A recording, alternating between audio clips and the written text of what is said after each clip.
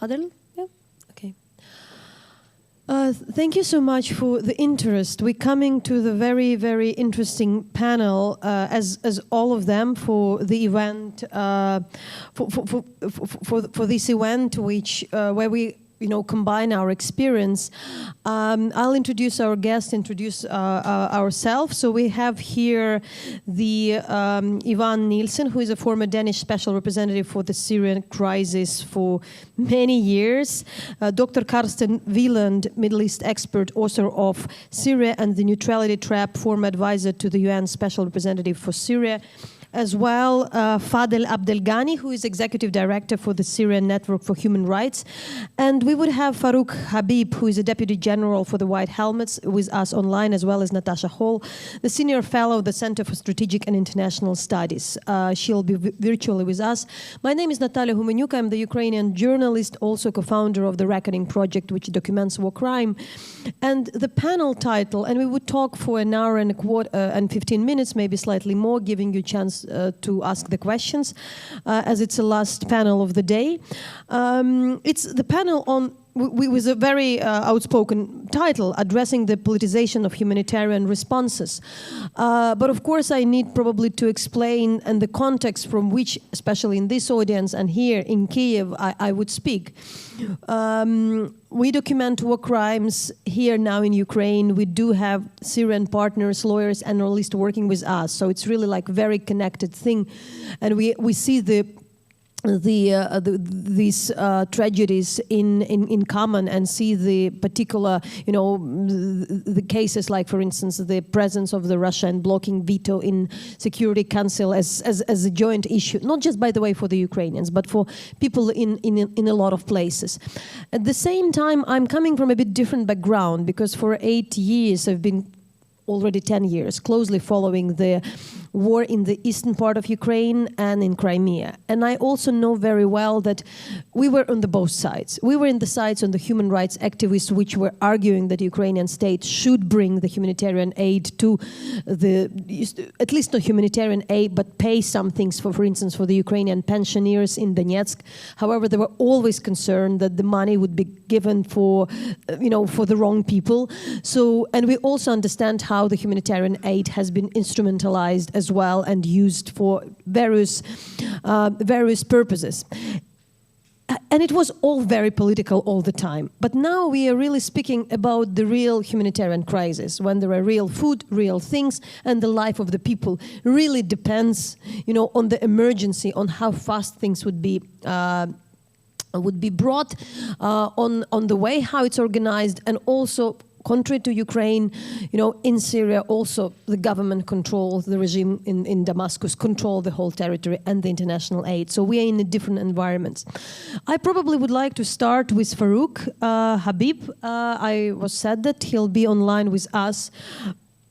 For the first initial introduction, just to say what are the major challenges and how these politicizations really, influence the people on the ground, and in particular their work. I'll ask everybody to be rather brief, because we'll have better time for discussion, because there are a lot of issues to address. But my first question would be really to address the major challenge, like at the moment. And sorry for it's just like for me impossible not to say, we're really sitting in the moment when we all also think about, the delivery of the humanitarian aid, not even delivering humanitarian aid, but the blockade of Gaza, and the whole, that is a current context as well, that we also understand that it's highly political. And wherever you speak about the civilians, it's still very political. So Farouk first, the floor is yours. Hi everyone. Thank you. Well, based on our experience in Syria, and I know, of course, there are a lot of similarities between Syria, Ukraine, and there are also specific characters for each conflict. In our case in Syria, as the main responsible of the humanitarian suffering is the so-called government itself. The main challenge, we realize that the humanitarian system as it's right now is a product of the international community that prioritizes sovereignty and the role of governments over humanitarianism and human rights. There is no chance of fixing the humanitarian system without addressing these fundamental problems. The international community and its government choose to hide behind the humanitarian system to avoid doing the hard tasks that would result in less suffering to the people and a better chance of lasting peace. At the same time, we see humanitarian organizations and agencies, and sometimes UN agencies, also falls to this trap by following what they claim or they interpret as neutrality principle, while in our side we in many occasions we've seen this neutrality as a complicity with the perpetrators of the war crimes and who are responsible of the besiegement and the barriers for humanitarian access. As local actors, we have different interpretation of neutrality. We understand that we don't take a political stand with any political party. But when it comes to direct atrocities to human rights, we cannot be neutral. We cannot be neutral between the pilot who is dropping the bomb and the child who is killed by that bomb. We have to prioritize our solidarity to our communities, and we bear responsibility to stand with the victims, not only by delivering humanitarian assistance, but also actively documenting what's happening and advocating to address the roots of the humanitarian suffering by holding the perpetrators accountable for their crimes. So there should be a distinction between atrocity and conflict. The use of force is sometimes necessary and legal in the international law, but atrocities like war crimes cannot be legal in any way. Ethnic cleansing, collective punishment are not acceptable and cannot be treated as an inevitable characteristics of war. So why we suffered in Syria this complicity between the international system, which prioritize compliance with the government laws and regulations. We've seen the communities on the ground abandoned, suffering the siege. We've seen the system, the regime manipulates the humanitarian agencies and the aid delivery system to confiscate medical equipment, to use the humanitarian aids as one of its war tactics. And on many occasions, we felt that it's really naive for the humanitarian organizations to fall to that trap and keep putting faith in war crimes year after year and ignoring the need to shame and blame who is responsible for the suffering in the first place. I would go to Mr. Fadl, probably also to explain legally so what obstacles we're speaking, what actually are, do you feel, do you think really creates this problem? Thank you again. Let's see. It's on, but yeah, it is. You just keep it like that. okay, sure. Thank you very much. I think that one of the main problem in humanitarian aid in Syria is blocking the aid via cross-border. I mean here mainly the UN aid, which is the vast majorities of aid coming through the UN platform. The vast majorities of donation countries, they use to support the UN platform. So we are arguing since 2016 that entering the aid, crossing border aid via cross-border, no need a permit from the UN Security Council. Why is that? Legally, I'm speaking for 3 reasons. So the first one is that there is an approval from both authorities. I'm talking about the Turkish authorities and the opposition. So the direction from where the aid is coming, and if it's coming from Iraq, for example, from Iraqi to the SDF, the Kurd forces. So there is an approval from those both forces. The second one is that the UN aid is a neutral. So this cannot be considered as an intervention, as a forced intervention. It's neutral and partial. The third one is that the IDPs inside Syria, which is approximately about 7 million, in desperate need. So they are, as per the OCHA announcement, that the vast majorities of them, approximately 90%, relying on, or 85%, between 85 and 90%, relying on the UN aid. So for all of those reasons, using the Russia veto against passing the aid we consider it as a violation for international law. In addition, for all of those 3 reasons, there is 2 more. The first one is Russia is part of the conflict, and based on the UN Charter, any part of the conflict is prohibited to use the vetoes for their own sake, because Russia intervened in Syria and became a part of this conflict in September 2015.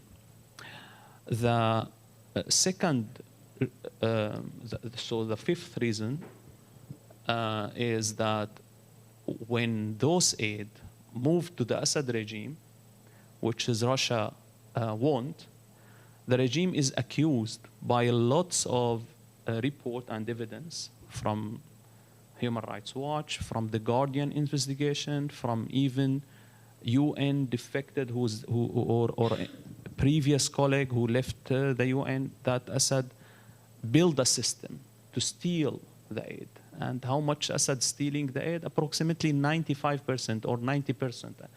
Approximately between 90% and 95%. Like we can, I know that Assad is dictatorship, and the UN is, when they are dealing with such a regime, there is a percentage of stealing aid that can be in consideration. But when the regime is stealing the vast majorities of aid, and here this the compromisation, and here is the deal. Okay, if the regime is stealing, for example, 40%, okay, 60%. We need at least we are providing benefit for 40%. But in Syria, the case is different.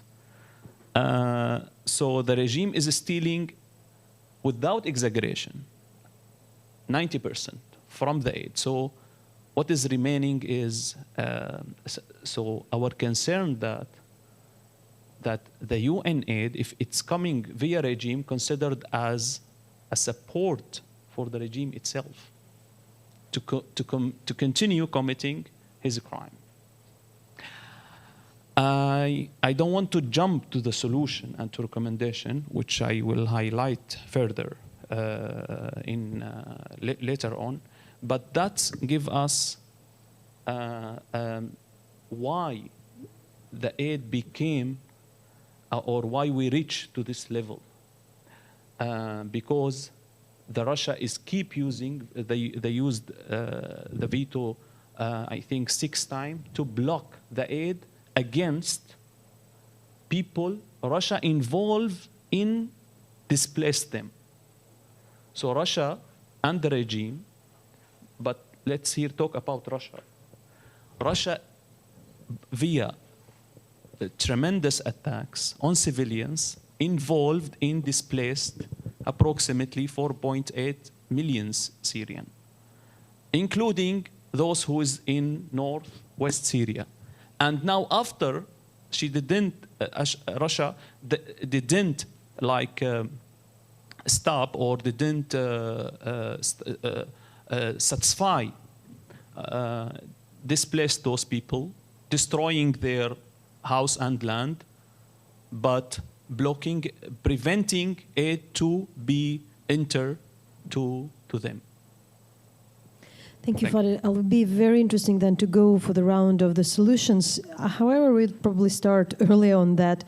So for the introductory remark, I want to ask the Dr. Wieland, you have this word trap in the title of your book. So it all sounds as a trap. First of all, like whether neutrality actually means neutrality. Is it really like, isn't really a flown term? Because wherever we say about the neutrality in this term is actually, there is a side to it. So what I would probably ask you to go for the solutions, because we have the desperate situation in which we need more help, and I would ask later follow up why it's urgent after so many years of the war, what it's necessary to understand and lay the ground. But at the same time, we also probably don't want to have some other, aid, as Fadil said, because it can be misused. Yes, since we are in a conference that deals with affairs in Syria and in Ukraine, I'd like to start out to say that there is one interesting difference between the war in Syria and the war in Ukraine. In Syria, it took more than 12 years to discuss accountability in the mainstream discussions and to pressure international institutions on accountability, and the opposition in Syria using that issue because and allying itself with the demands of civil society in Syria, because there are no other options, no military, no political options against the regime in Damascus left anymore. In Ukraine, accountability and also the question of humanitarian issues have started to be discussed almost on the first day of the war. And of course, the Russians have done everything in Bucha and elsewhere to contribute to that. But what I'm saying is also, now we have like a lapse of about 15 years, or 12 to 15 years, that international law has evolved. International law, as we know, depends a lot on goodwill and on political will and political consistency. It has evolved so that we are much more sensitive to the issues of accountability and of abuse of international humanitarian aid. Now, what Fadil has described, the abuse of a regime of humanitarian aid, is part of a bigger picture, and that's why I've started out with international law. It is also a tug of war of interpretation of international law and about the interpretation and definition of state sovereignty. If cross-border humanitarian aid is considered already to be a violation of sovereignty, and we're not talking about military intervention or boots on the ground, only humanitarian aid, then you see how far the goalpost has already shifted to one side, and we have to try to put it back and to see that humanitarian aid is not a violation of sovereignty when it comes to massive humanitarian crises. And there are enough experts of international law who can tell you that there is evolvement of international law since the 90s till today, where you can find really good reasons why a massive humanitarian crisis does not need international approval through the Security Council to deliver cross-border aid. And now, why do we need cross-border aid discussion in the first place? It's because cross-line aid, that means from Assad or from regime territory to opposition territory, was not possible in the first place. And all this debate is part of a bigger struggle of interpretation where Russia and China in the Security Council is on one side trying to pull back our notion of international law towards absolute state sovereignty of the Westphalian age, and away from a more, as international lawyers call it, a permeable state sovereignty, where, in other words, a ruler cannot do with its population whatever he or she wants, but has to kind of obey international humanitarian law. Now, international humanitarian law has been challenged in the Syrian war to a large extent, and has overstepped red lines to such an extent that many people who have been working in practice on humanitarian action on the ground have said that this is actually the conflict that has trespassed red lines much more than in any other country that we have experienced in the past 20 years or longer. What has happened in Syria of scale and of quality of killing and a violation of international humanitarian law and human rights law has been really exemplary. And I think that's why the sensitivity has risen, and now in other wars, such as Ukraine war, these issues are much more at the forefront, are much more front-loaded in a way than before. And the discussion that we are witnessing in Syria are also part of these, these evidences that you have also come up with. It is abuse in the sense of it was a bit. I would differentiate it a bit. There were years in the conflict in which 90% of humanitarian aid went through government territory or through an area that operates under the conditions of a regime, and this regime has imposed the conditions knowing that it is a resource to have international aid and agencies in the country. There are other conflicts where humanitarian actors are expelled from the country of conflict because they are considered to be biased or they are considered to be even agents of the other side. In this case, a government or a wider regime was conscious of the fact that they need to have it in the country because it is a resource. It's not only a financial resource, as you also explained, but it's also a political resource because having international agencies on the ground cooperating internationally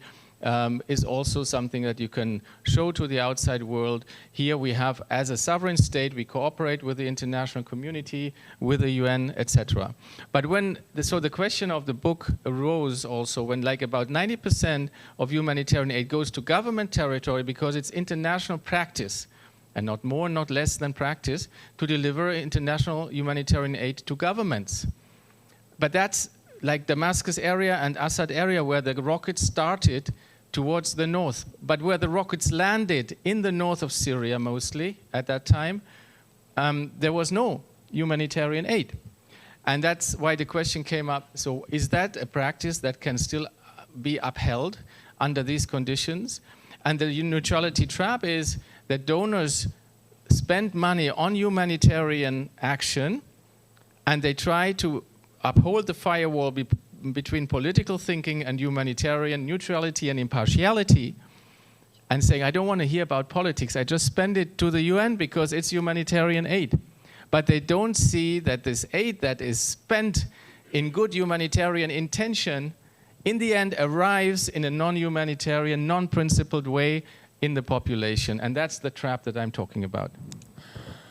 And Ivan, I know we agreed that you generally would discuss the challenges we have, but I think it's really the time already to also look at the the UN mechanism as such, because we already went into this topic. And maybe to add on that, I recently was taken back because I was talking to people from the totally different regions, working with Syrians. I had a chance to talk to the South Koreans who document war crimes in North Korea. And they said, and with the veto in the Security Council, and I thought, I heard that somewhere. It's really I was taken aback that it actually working in so many places, and it was already the case. Do you see the prospect? And I follow up with this question because recently also on a different event here in Kyiv, we discussed, special tribunal, how you overcome Security Council, and there were questions about, maybe there could be General Assembly, maybe something else. So at least in the issue, as precious as humanitarian aid, as important, not as a special tribunal, not something else which sometimes Ukraine called to, to overcome Security Council. Something could be done. Do you see some kind of discussion at this stage? Well, I think that discussion is very much ongoing, but allow me to take us a few years back first, because this whole notion of Security Council mandated UN cross-border assistance came about. Was it in 15, 16? I'm looking at you, Carsten. 14 was the first time. At that time, the Security Council authorized 4 border crossings through which the UN could provide humanitarian assistance without the consent of the regime in Damascus. 2 from Turkey, 1 from Jordan, and 1 from Iraq. Then slowly but surely that mandate was thinned out because Russia started playing games. There was one extension, however, then the number of border crossings was reduced. There was another extension where then the extension was only 6 months. You ended up with only 1 border crossing for 6 months, and that actually, from a Russian perspective, conveniently expired at winter time, where you made yourself even more vulnerable, increasing the price tag that Russia was somewhat putting on it for them not to veto it. And if you look at the resolutions that mandated the cross-border assistance, you will see that Russia got away with inputting that, okay, we don't veto this one, but we want the international community to provide more early recovery support, so even more money to Damascus to be misused, etc. So they played that game, and it's a bit shameful to say that the humanitarian donors, even the most well-intended ones, they fell into that trap. They somewhat went into that process despite advice from elsewhere. The humanitarian ones, rightly so, that is the mandate. They said, no, we need to find a way for aid to get to the people in need. Nobody disagrees with that. But I insist that the only success indicator when it comes to humanitarian assistance is that the aid gets to those in need.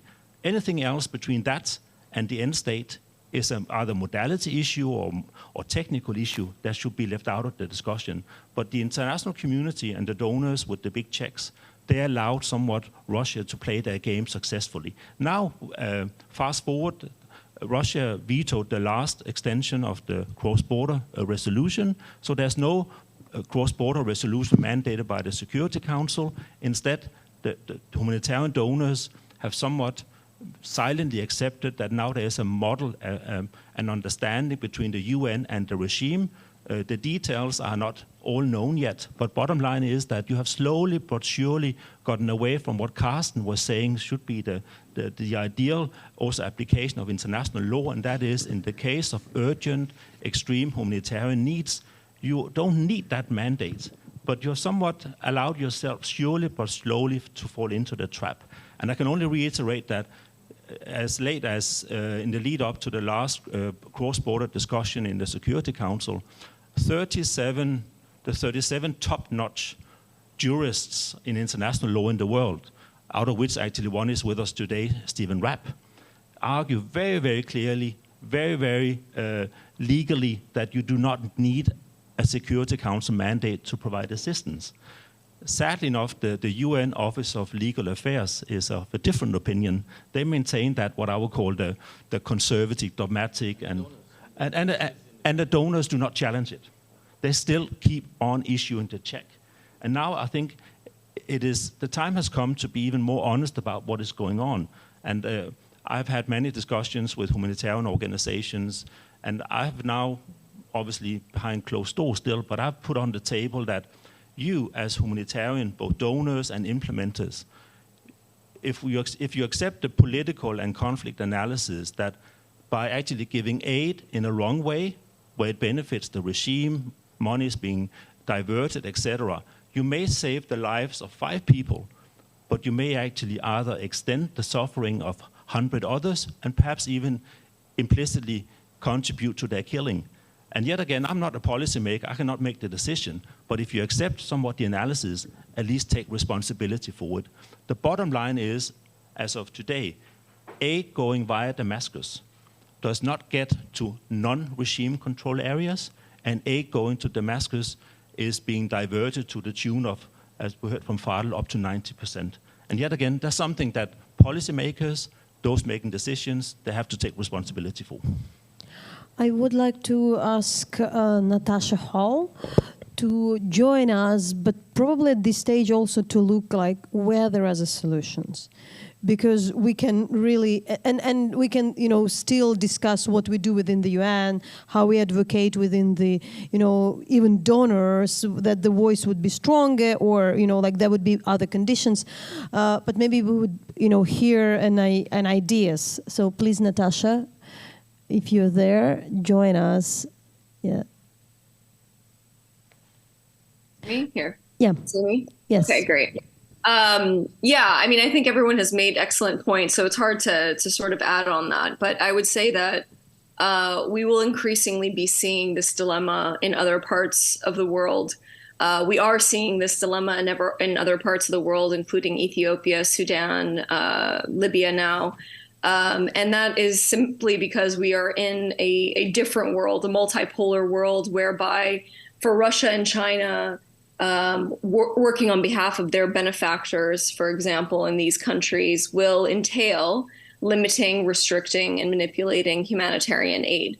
And while 2165, which was the cross-border resolution that was passed in 2014, was a diplomatic success, it was a dangerous precedent because it did bring life-saving humanitarian aid to that multipolar world and to that competition more broadly.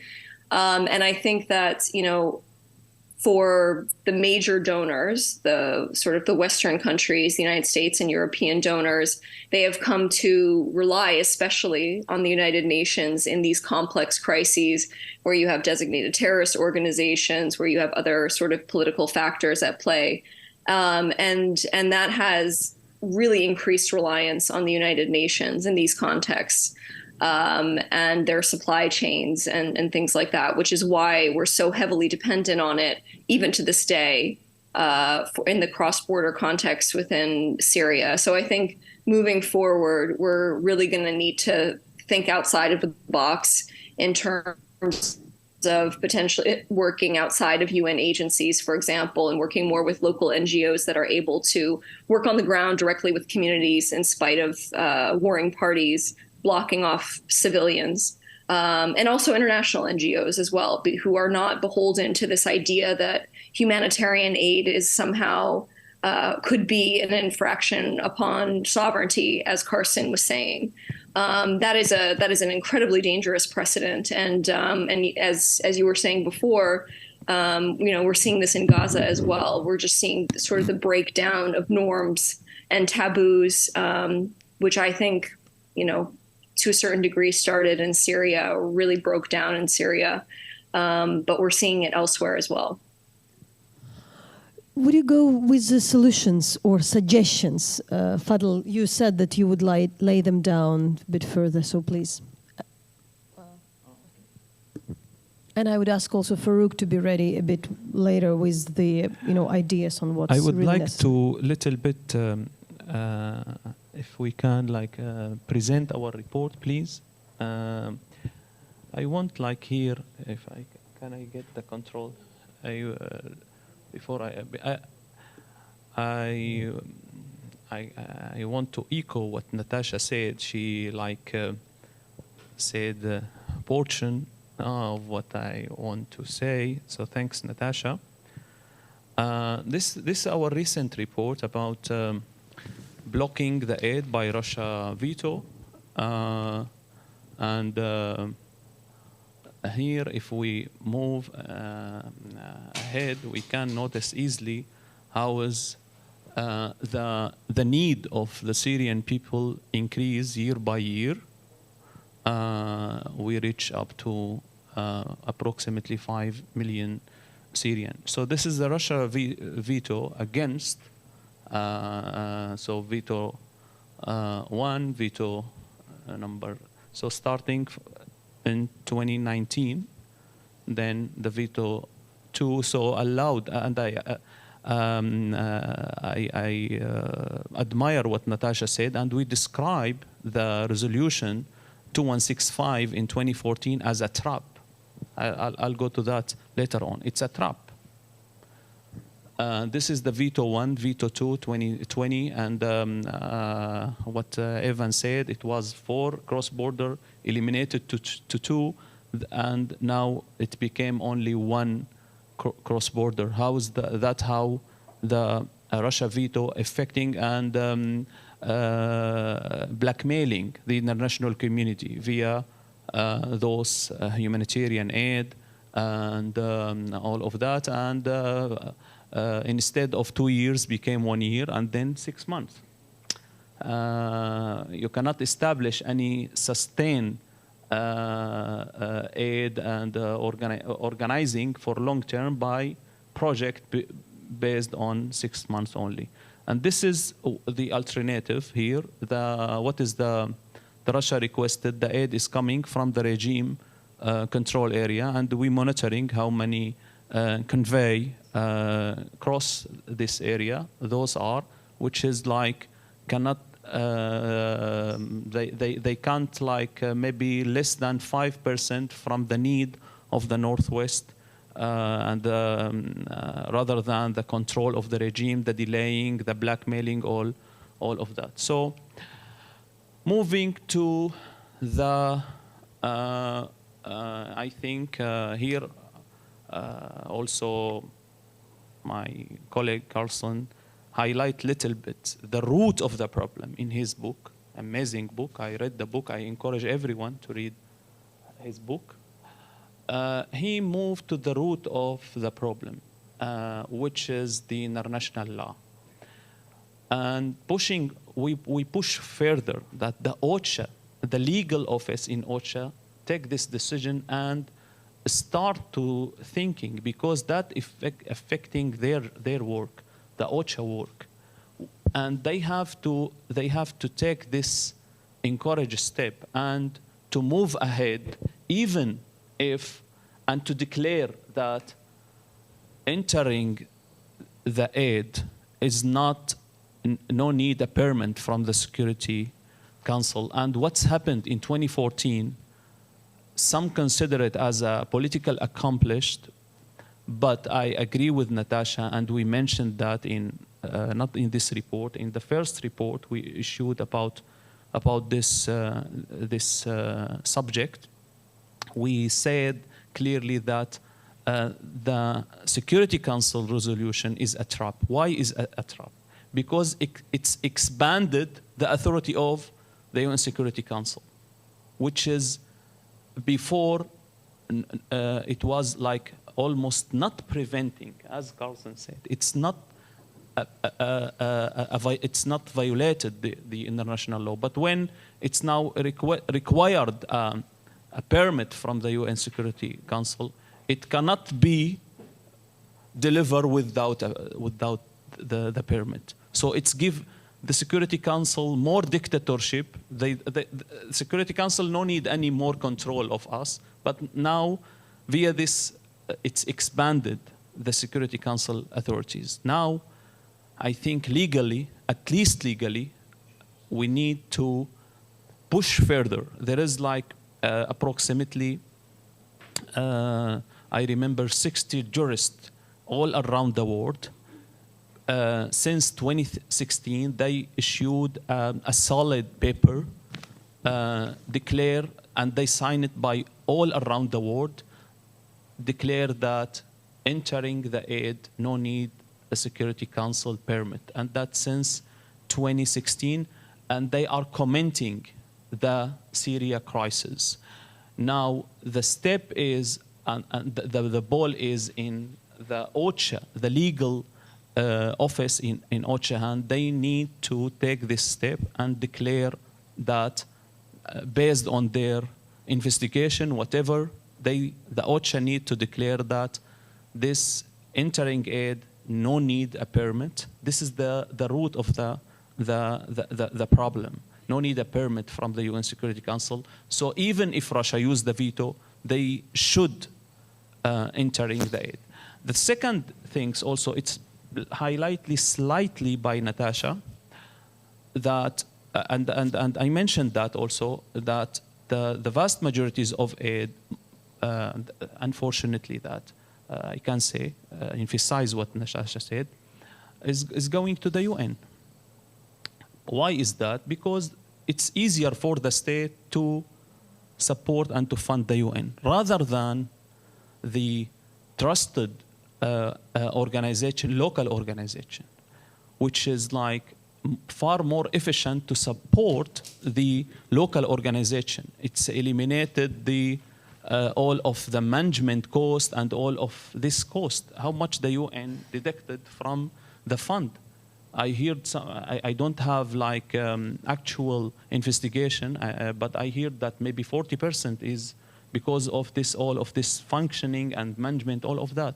While when it's coming to the Syrian organization, which they prove themselves like White Helmet, like Awesome, like SAMS, like Mulham, Tatawu'i, Mulham team, all of those, they prove their transparency, they prove themselves. We encourage the state since 2015 to support directly those. If not, the sponsor country, they should build a platform. And then via this platform, a coordinated platform. This platform does not implemented a project inside Syria. This is a coordinator platform. And all of this fund, millions of dollars, go to this platform. And then this platform distributed to the Syrian and played a coordinator role. It's been established after the earthquake, very late.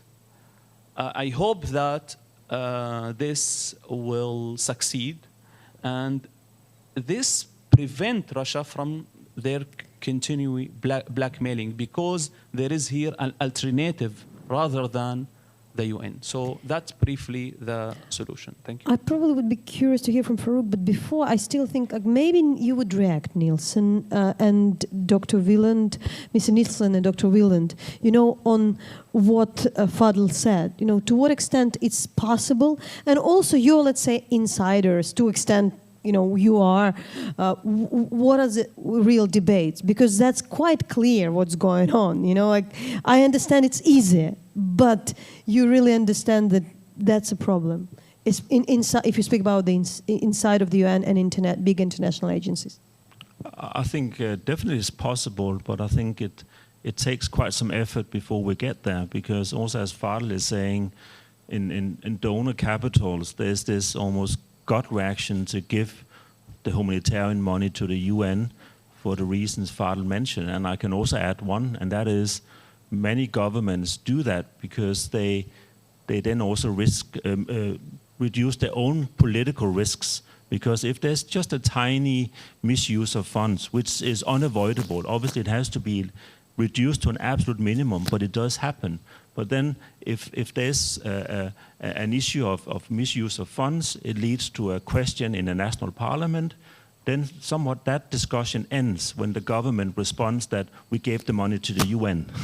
It doesn't get further than that. While if that issue had arisen in relation to a local organization, the discussion would sadly not end there. So there's yet again no balance, no parity between the different recipients of funds. But for sure, local, or what we can conceptually call it localization, is clearly the way forward. Because one, apart from cost efficiency, local organizations are for sure best placed in terms of knowledge, contacts, and ways and means to get the job done.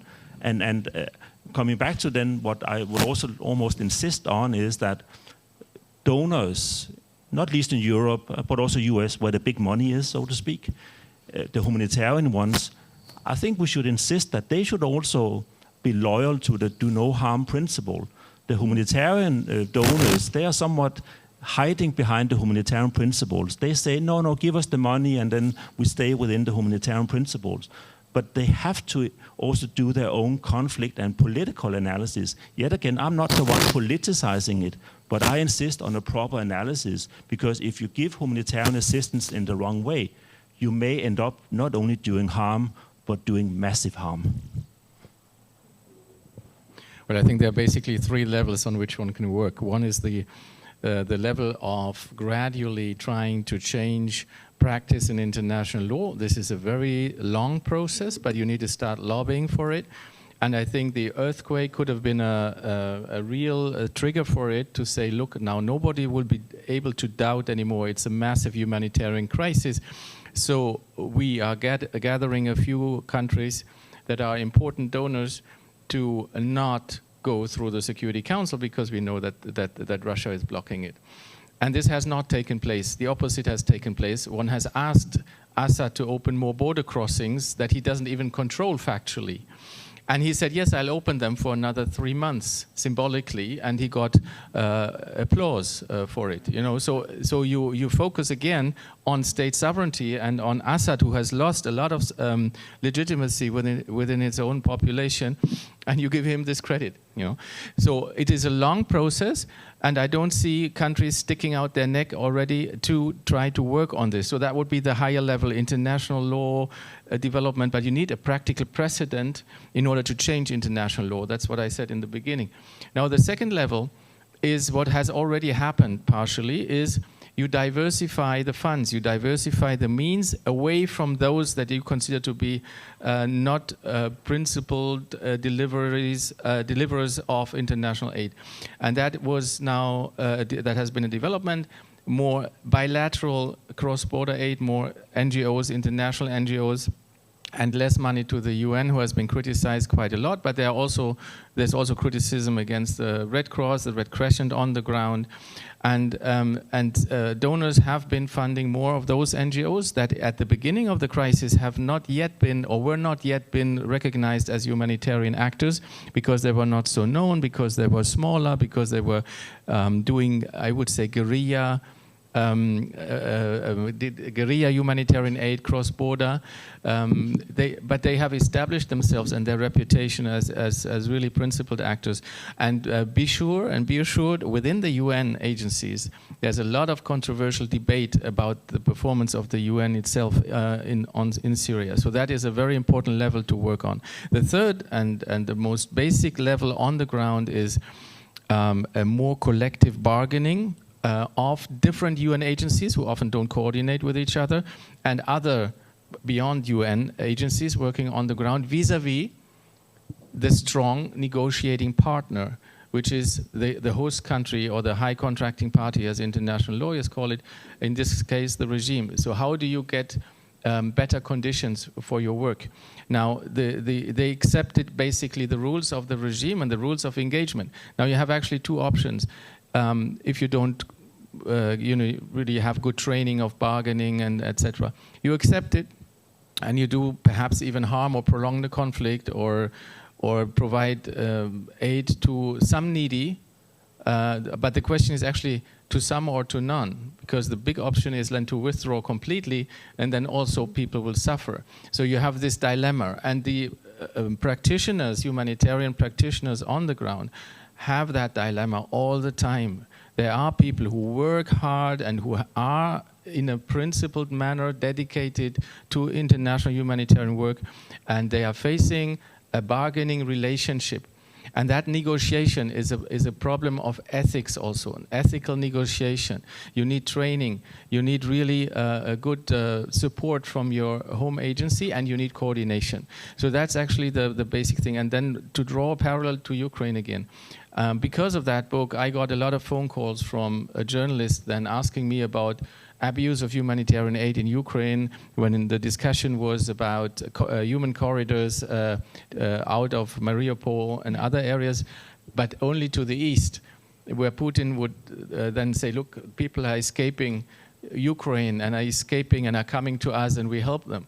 So that is a dilemma for humanitarian workers. Should they accept that offer in order to save people from hunger in that areas, or are they kind of prepared enough to negotiate and have a leverage to say, yes, we'll do it, but also when we have open corridors to the west, for example. So you see there are these kind of parallels where one can achieve certain things when you negotiate well, but I know it is hard to judge humanitarian actors on the ground from a kind of academic point of view or from a table. They have a new situation every day, and they have new challenges every day. They have had in Syria convoys that were emptied by the regime because it was so-called dual use. So what do? Do you let the rest of the convoy enter a besieged area that is almost empty, but at least some goods arrive, or you try to negotiate and say, no, we will withdraw the whole convoy and will not deliver aid. So all these little details it's kind of everyday life of a humanitarian practitioner, and it's very hard to judge, except on the higher levels. I think we have to see and to create some progress to develop humanitarian international law and in international law in general, because otherwise you will not get anywhere. If I may, the last sentence to the Gaza parallel, because it's not only about Syria, and that's why I mentioned Ukraine also. Now, if we start letting erode humanitarian principles wherever they are, we will also stab ourselves in the back when it comes to trying to convince countries in the global south, in the Arab world, to support international law when it comes to Ukraine. Because when you as a Western person travel in this world, the first answer you get, yeah, you want us to support Ukraine and to obey international norms, rule-based international legal order, but what are you doing in Palestine and in the Palestinian area? So I think the consistency is very, very important in order to develop humanitarian law, which is not, and I have to say that, especially as a German, is not relativizing the atrocities Hamas has done in Israel itself. It is just a legal perspective that sheds light on the danger of eroding humanitarian law. Thank you. There would be the question on consistency to finalize somehow, and on the parallels on Ukraine. But I want to ask Farouk, in really, maybe to summarize, what does it really mean for your work today?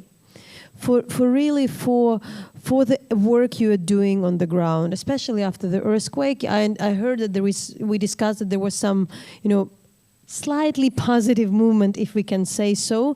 However, not just. But first of all, on the issue of getting like a real financial support to the local organizations, compared to the aid which is provided by UN, and maybe just to also address the issues. What is the situations? What kind of help is needed? So what would be the solutions urgent for your case?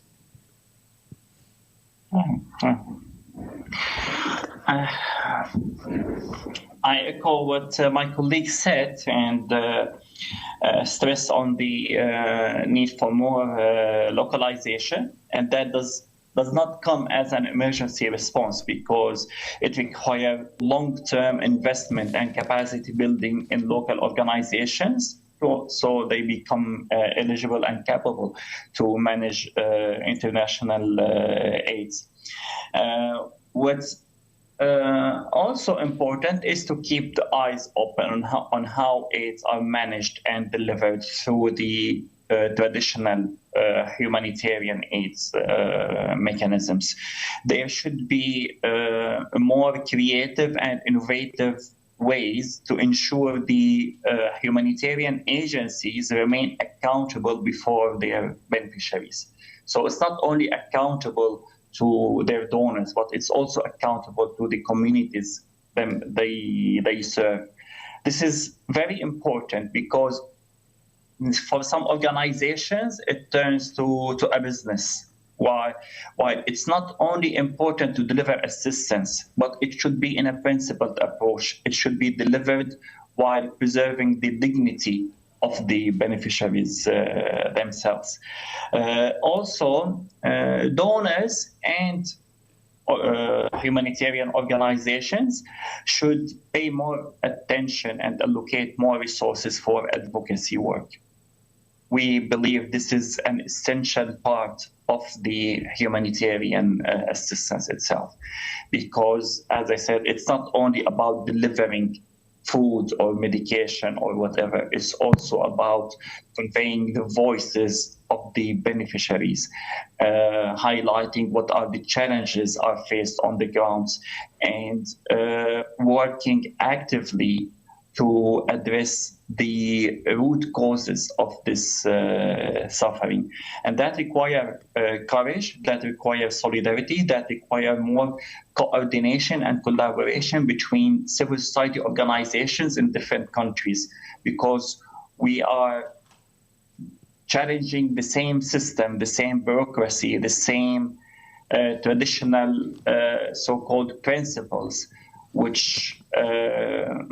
we realize now after all these experiences in Syria, in Ukraine, in Yemen, in Israel and Gaza, elsewhere, that we need to have a different approach, and we should unite our efforts as civil society across the world to push governments to take that into consideration. Thank you. To the final, let's say theme. We in the end sitting in Kyiv, but I think you can address it that way.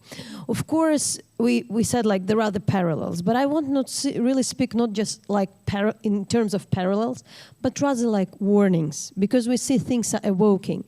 And from our experience working with the Syrian colleagues, we learn a lot. We know that something actually that had happened, and that's something which would happen, and vice versa. So we learn from each other.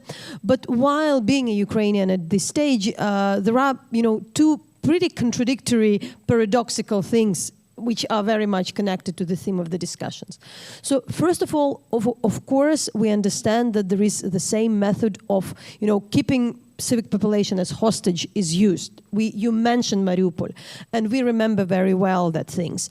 Now, while documenting war crime via the Reckoning Project, we actually legally see, and that's what our lawyer says, that it's not about speaking now, for instance, about occupied territories, that it's not like the occupier doesn't fulfill their duties to provide particular aid to the population. We see the signs from what we recorded, the evidence that they deliberately don't do that or harm any excess, so the society pressure the government or like use it in the political way. So it's like the opposite.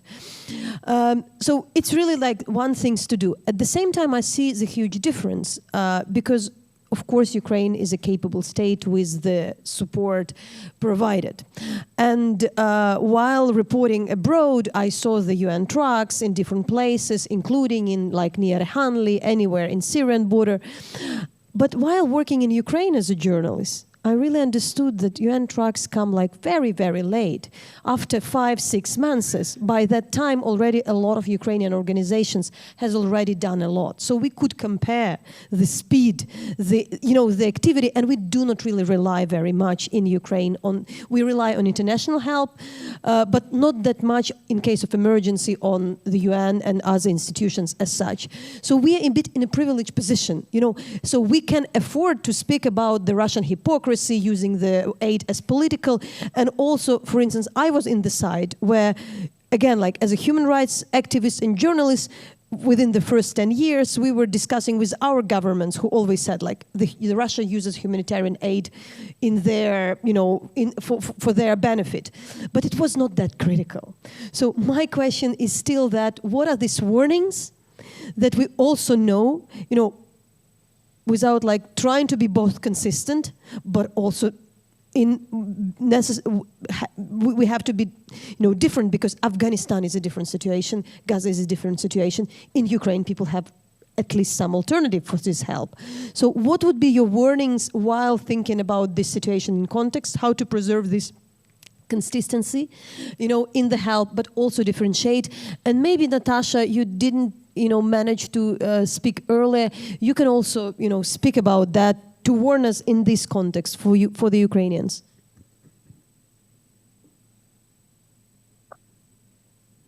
Yeah.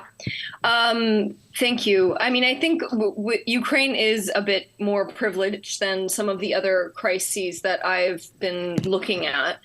Some of the more protracted crises that have been forgotten until they become more inflamed again, as is the case with Gaza, as is the case with Sudan and many of the other conflicts across the Sahel.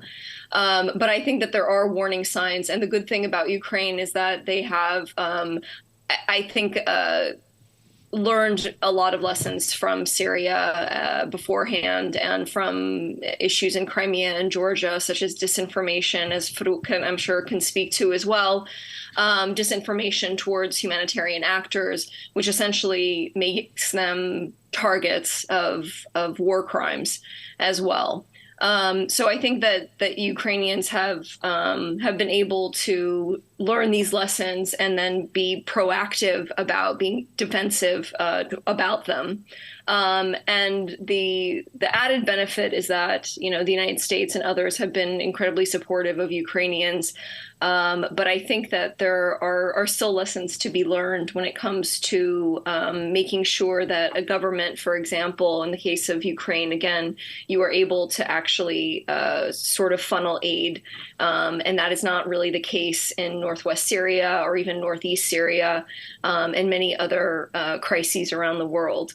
But I think that in general, if you're working in a situation where as is the case with Syria, where you have millions of people that have been cut off from aid for not just days and not just weeks, but we're talking about years in the case of Madaya. And you're seeing UN agencies, literally covering up these sieges, as was the case with Madaya, then you have a situation where you need to actually analyze the impact of your aid and where it's going. And we still haven't really done that with Syria. Donor governments really need to work together on this.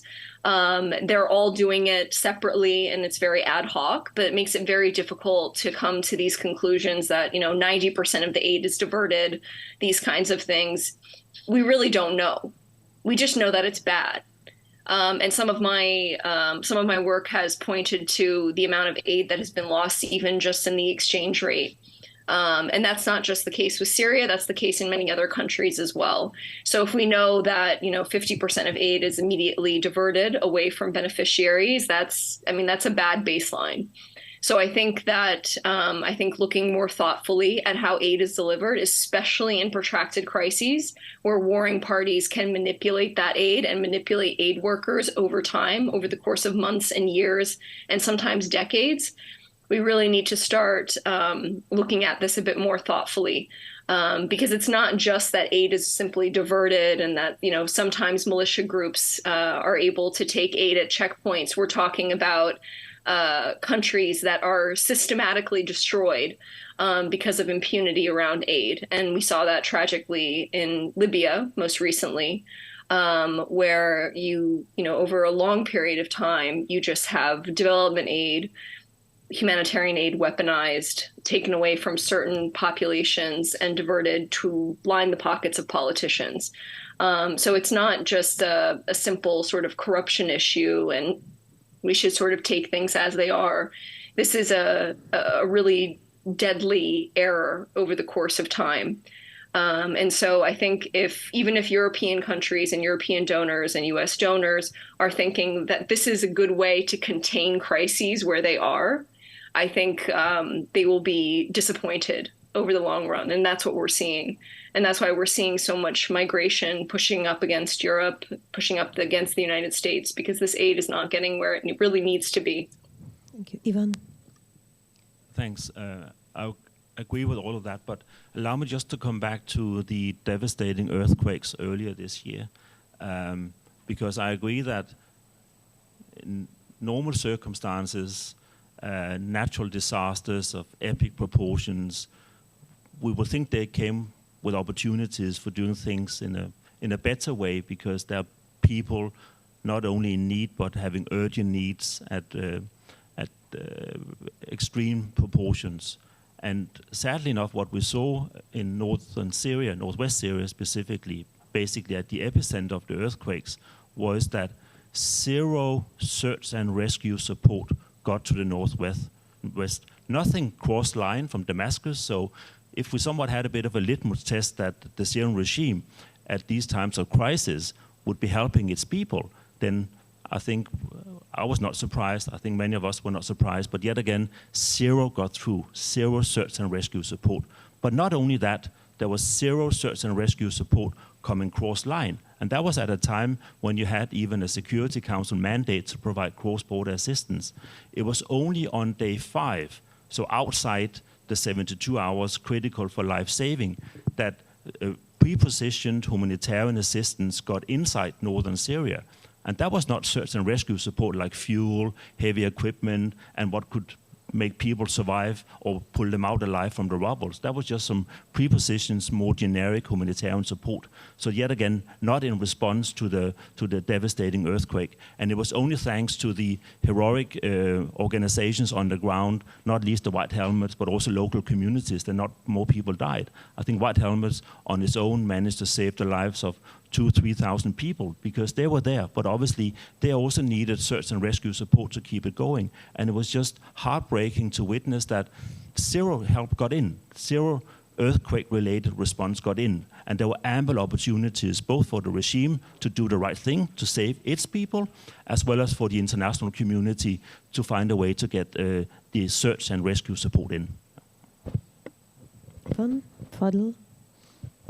Like as we're rounding up with this warnings, context, and lessons learned. I can add one more things what Evan said, that the regime next day of the earthquake shielded 3 areas in the earthquake, affected by the earthquake. We documented that the regime committed a shilling in northwest Syria. So not providing it, on contrary, shielding some more for against those who's already displaced. So the earthquake actually taught us a lot how is that the system is insufficient, and I think we didn't notice a major development toward what we are requested years ago, and while the situation remained the same, I don't think that there is a hope to implement or to change the root of the problem. Otherwise, this discussion will continue, unfortunately. I don't see that there is a change in mentality of the OCHA, mainly the OCHA legal office up to now. Yeah, I'm worried when it comes to warning signals that criminal regimes profit from international practice as it is being done at this moment. So I think our international system needs an overhaul, but the problem is that not only law-abiding countries are members of the UN and cherish the UN Charter. So I think this is a very difficult task, and that's why in the broader context I'm quite worried about our international system and our norm-based living together and our norm-based international relations.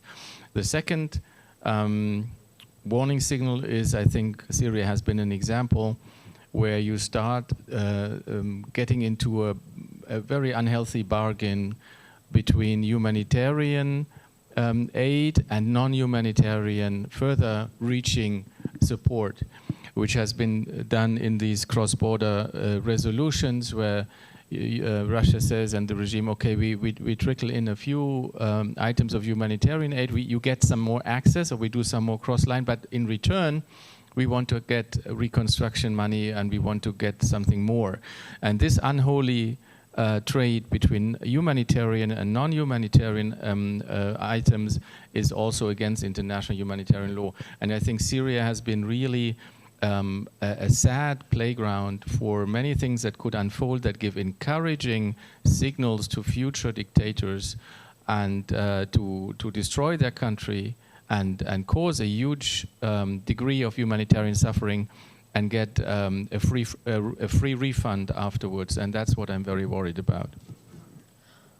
We have a time for a couple of questions, if there are. We're almost over with the time, but if it's there, please do. Yeah, and introduce yourself, so we know you. thanks to all the distinguished panelists. And my name is Nick Yurlov from Two Towns. My question would relate to what's your take on the application of the humanitarian principle of neutrality? You could have seen ICRC getting quite heavy flack for it in Ukraine because of the way they approach it being as a holy cow of their entire activity, and sometimes perhaps pushing a little bit too far when, for example, the village in Hroza was attacked by Russians, and Russians openly took accountability for it. They said we were killing the Nazis, which attended the funeral. And what ICRC does is they publish a Facebook post in Ukrainian saying that civilians are not to target, communicating this to Ukrainians who kind of know it. And this has been like a cornerstone of their policy, and which they stick to despite sustained criticism from the academia as well. I want to understand why. What is this absolute pristine neutrality? Why do they stick to it? Thank you.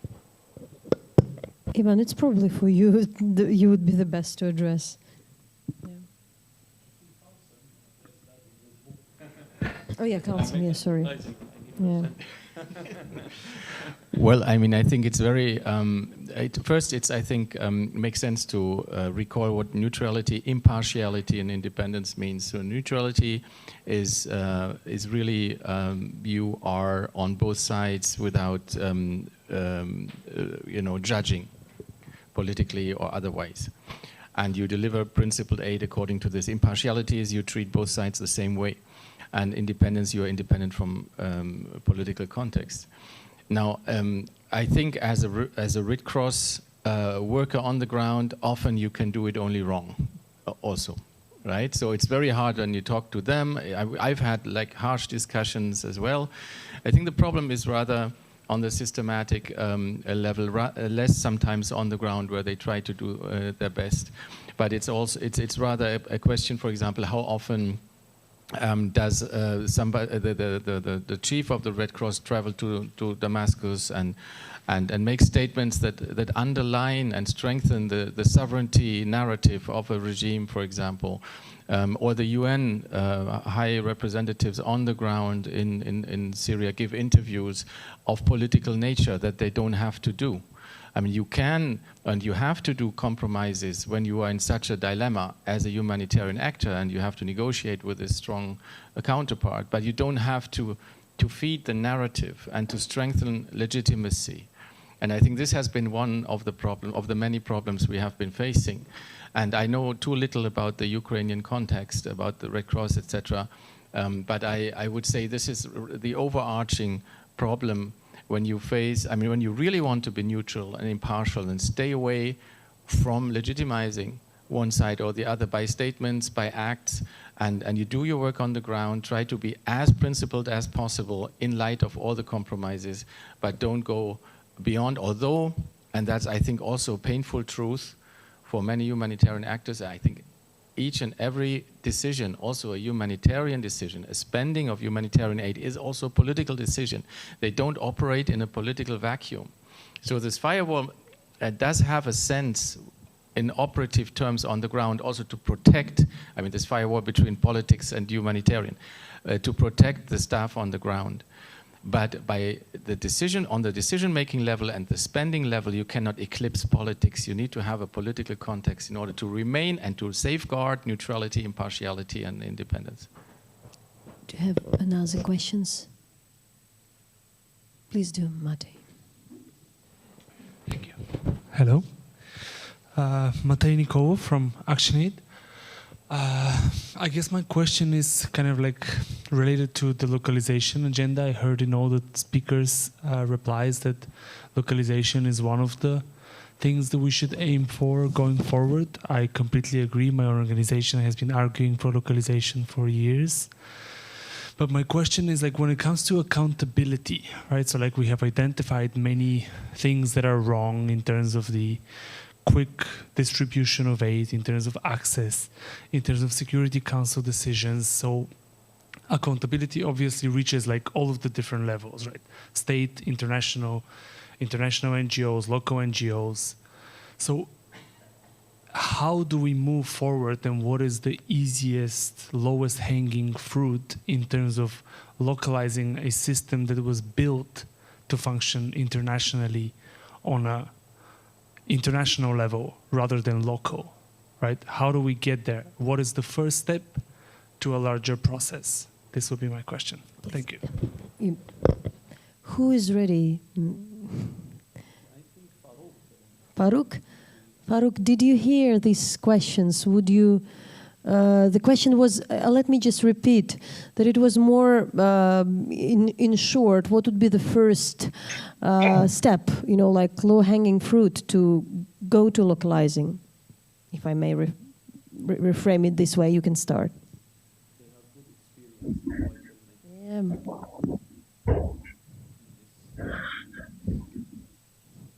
Well, if I understood the question correctly, I believe ensuring transparency is the first requirement across the whole chain, from donors to international partners to local partners to communities. Communities should be involved from the needs assessment phase to the design to the delivery of the service itself. And the localization of aids, as I said previously, should be done gradually in phases while ensuring both efficiency and accountability. There is no one model that can be generalized or standardized across all different countries. So the local conditions should be taken into consideration in each context. Okay, thank you. Ivan? I agree with all of that, but I'll also add that one of the first steps is actually to overcome the, let's say, the default assessment in capitals that the UN is at all times the best, if not the only partner for providing humanitarian assistance, but rather somewhat have that proper assessment about who is the best partner for actually doing what you state you want to do, and that is to get the aid and the help out to those in need. And that's why, yet again, coming back to what I insist on, that also humanitarian actors, they should do proper both context and even political analysis as a precondition for performing their mission, not only sufficiently, but also in a principled way.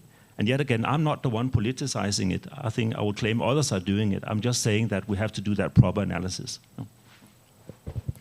So with that, I think we can round up, and I would allow myself also to say that, because we didn't want to be that blunt, but you said it yourself. Natasha mentioned about Ukraine being privileged, but I've seen like a number of the spies to understand how small is help provided by the Ukrainian organizations or other organizations compared to the funds which were given to international organizations. And it's really a smaller part.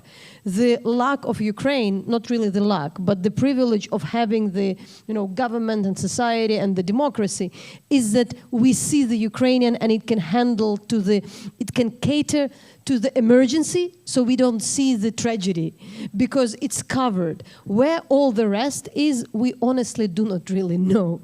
So it's maybe they're not misused, but they're definitely not really efficient. So it's not really just about the misuse, but efficiently.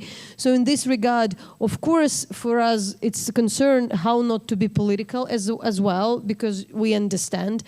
And probably I just want to summarize and summarize in a way that it's very hard to be consistent, because that would be the case of Ukraine, that would be the case of Syria. But if we would discuss again like Gaza or Afghanistan on the other, what's the only way, that could be something else. So we really need together to find this way how to be consistent, but also adherent to the principled, but also do not harm, as you said in the end. And thank you so much for the discussion and for the day.